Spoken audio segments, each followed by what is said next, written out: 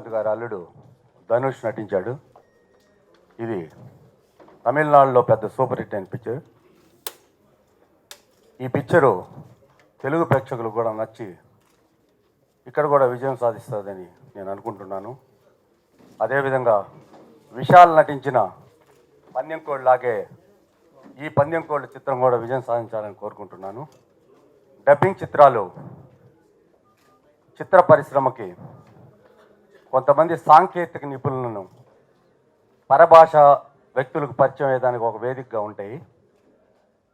ఈ డబ్బింగ్ చిత్రాల వల్లనే మణిరత్నం, శంకర్ ఇట్లాంటి టాలెంటెడ్ టెక్నీషియన్స్ పరభాషా చిత్రాల్లో పరిచయం అయ్యారు.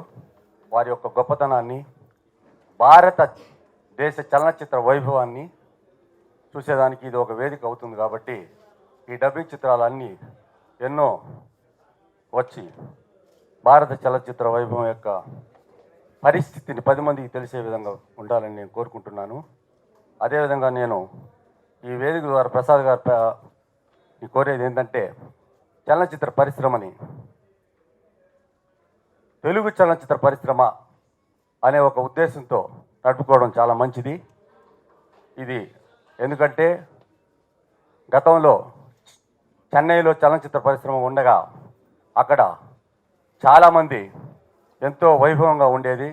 అన్ని రకాల భాషలకు సంబంధించిన వాళ్ళు అందరం మేమంతా ఒకే దగ్గర కలిసి అలా తెలుగు వాళ్ళకి గొప్ప కీర్తి ప్రతిష్టలు ఉండే ఆ రోజుల్లో. ఈరోజు మరలా వచ్చేసి ఈ పరిశ్రమను ఇక్కడి నుంచి కాకుండా ఇక్కడే ఉంచి తెలుగు చలనచిత్ర పరిశ్రమ అనే ఉద్దేశంతో మనం నడుపుకోవడం చాలా ఉంటే బాగుంటుందని నేను కోరుకుంటున్నాను. ఈ విషయంలో కేసీఆర్ గారిని నేను కోరేది ఏంటంటే, ఈ తెలుగు చలనచిత్ర పరిశ్రమ అనే ఉద్దేశంతోనే దీన్ని ముందుకు తీసుకెళ్దామన్నా.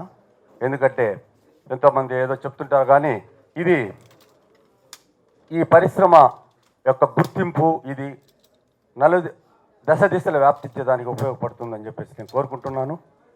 ఈ పిక్చర్ పందెంకోళ్ళు సక్సెస్ కావాలని చెప్పేసి గోపాల్కి, ఆ టీంకి నేను హృదయపూర్వక ధన్యవాదాలు తెలుపుతున్నాను.